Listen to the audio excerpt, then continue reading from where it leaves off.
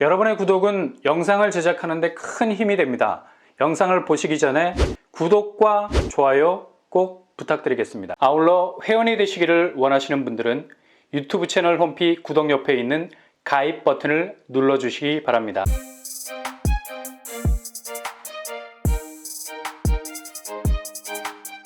안녕하세요. 번바랑한 목도빠입니다. 신용평가사 무디스가 중국 최대 부동산 기업, 그러나 최악의 채무불이행으로 디폴트, 현금이 돌지 않아서 그냥 돌아버리기 직전에 파산 부동산 회사가 될 가능성이 큰 미국의 외환에 대한 신용등급을 거의 낙제점 수준으로 CA로 3단계나 강등을 시켰습니다. 결국 중국 최대 부동산 기업이 해체 수순으로 가는 건가? 이거 남의 일이 아니거든. 강 건너 불구경하고 싶어도 얼굴에 느껴지는 화력이 화목난로 수준이죠. 그냥 껴안고 있는 듯한 느낌이 드는 건 우리나라 부채 구조와 중국이 좀 유사한 면이 있기 때문입니다. 온 국민이 부동산에 몰빵을 해도 가처분 소득으로 돈을 거는 게 아니라 자기 소득보다 더 규모가 크게 부채를 때려놓은 경우라서 결국 부동산 유동성에 빨간불이 들어오면 그냥 한 방에 날아갈 수 있는 위험이 있을 수 있죠. 중국이 이렇게 어려움에 처한 건 어쨌든 방금 말한 유동성 위기, 비구의 위안이 막아야 할 채권 총액이 계속해서 줄줄이 도미노처럼 이어진다는 점이죠. 무슨 소화기로 불을 끄려 해도 이건 뭐 불이 더 번지는 거야. 한국은행이 유독 부동산 PF 시장에 대해서 신경을 쓰는 것도 이렇게 부동산과 제2금융권 간의 먹이사슬이 거의 공존과 공멸이라는 운명 공동체이기 때문이거든. 결국 중국 부동산의 금융 안정성의 금이간이 파산각이 나올 수밖에 없는 거고요. 정말 이번 사태에 대해서 중국이 더욱 벼랑 끝으로 가고 있는 건 이걸 다시 빚으로 막겠다는 즉흥적인 대안이 나왔다는 거죠.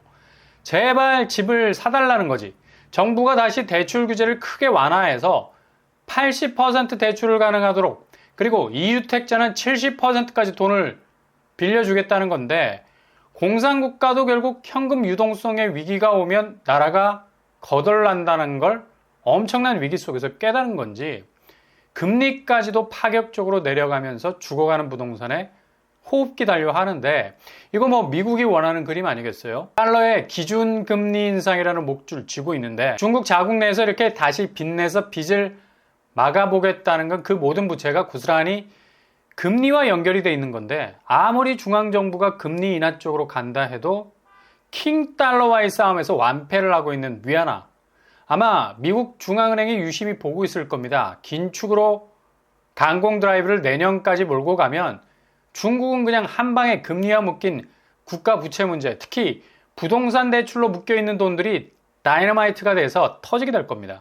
천문학적인 부채의 금리 폭탄이 다시 한번 중국을 흔들어 버릴 가능성 높다는 얘기죠. 가뜩이나 이런 미국의 쪼임새에서 비교적 자생력을 그동안 중국이 가질 수 있었던 건 그래도 자국 경제였는데요. 중국 경제 전반이 디플레로 가고 있어요. 상당히 악화 수준의 일로를 걷고 있고요. 이젠 자국의 소득으로 자력갱생할 수 있는 체력은 바닥이 됐다고 봐야죠. 가뜩이나 미국 개인 소비 지출 PCE가 지난해보다 3.3% 올랐다고 계속 긴축 완화로 갈 수밖에 없는 지표로 낙점을 하고 있는 분위기죠. 다시 기존금리 인상에 시동을 걸 거란 얘기입니다. 스스로 할 일이 많아졌다 자평하고 있잖아. 일단 빗자루로 바닥을 쓸 일이 많아졌다는 뜻입니다.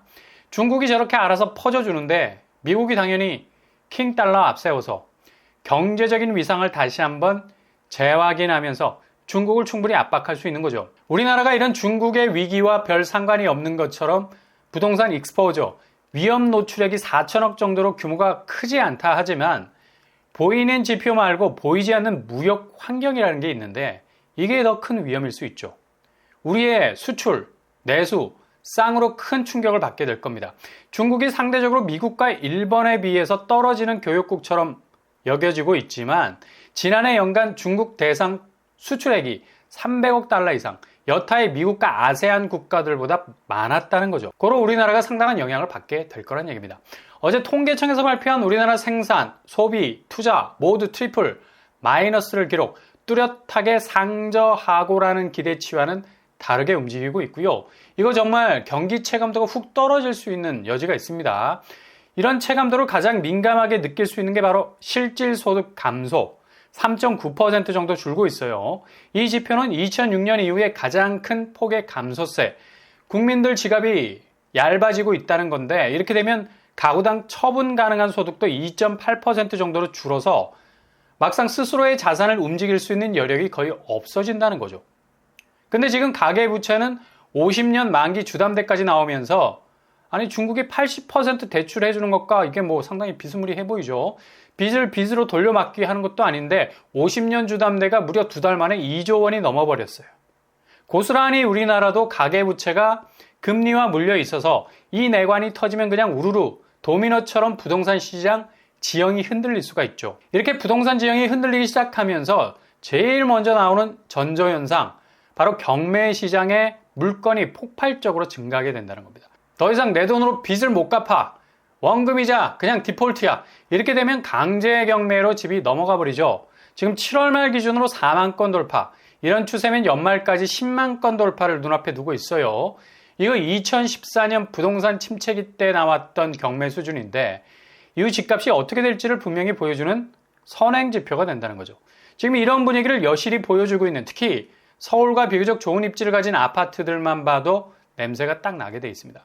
먼저 서울 집값의 풍향계 헬리오시티, 어제만 해도 전세가가 10억이 넘었다고 본격 전세가 회복이라는 말이 떨어지기가 무섭게 다시 8월 31일 거래 9억 7천이 나왔습니다. 너무 설레발을 많이 치는 것 같고요. 전세 매물도 많이 줄었다고 하는데 뭐 여전히 전세 매물 잔존 물량 있는 편이고요. 매매가도 그리 치고 나가지를 못하고 있죠. 19억 선에 머물러 있고요. 매물은 17억 선까지, 저층이지만 그래도 가격 단가를 낮추고 나오고 있습니다. 매물이 거의 1000건에 가까운 988건 정도 됩니다. 이 헬리오시티는 아주 유심히 지켜볼 필요가 있죠.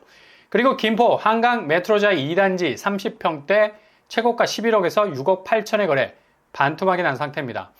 김포 한강 센트럴자이 1단지 30평대 최고가 7억에서 5억 선에 거래가 되고 있고요. 여기는 박스권이죠. 김포 집값이 굉장히 좀 많이 흔들리고 있는 편이고요.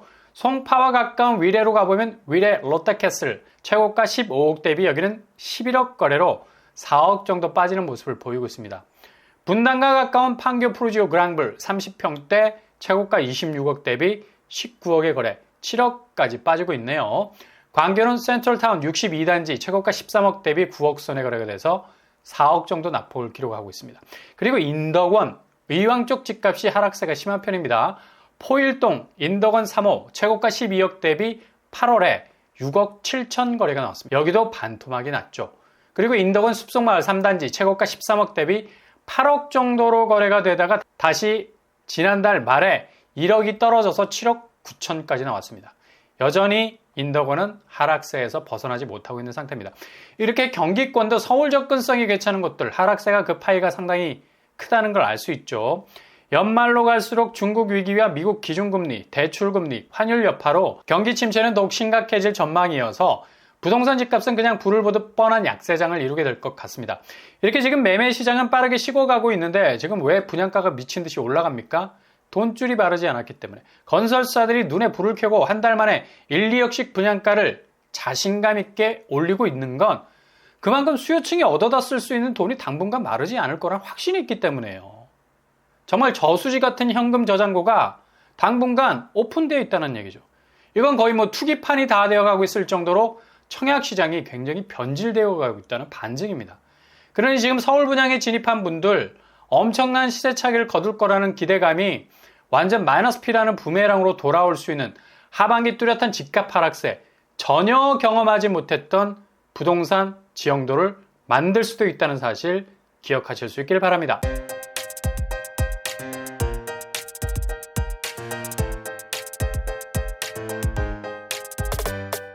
오늘의 부동산 캐릭터처, 올해 하반기를 거쳐서 연말로 가면서 정말 우리 눈을 의심할 정도의 상상 이상의 일들이 터지게 될 것으로 보입니다.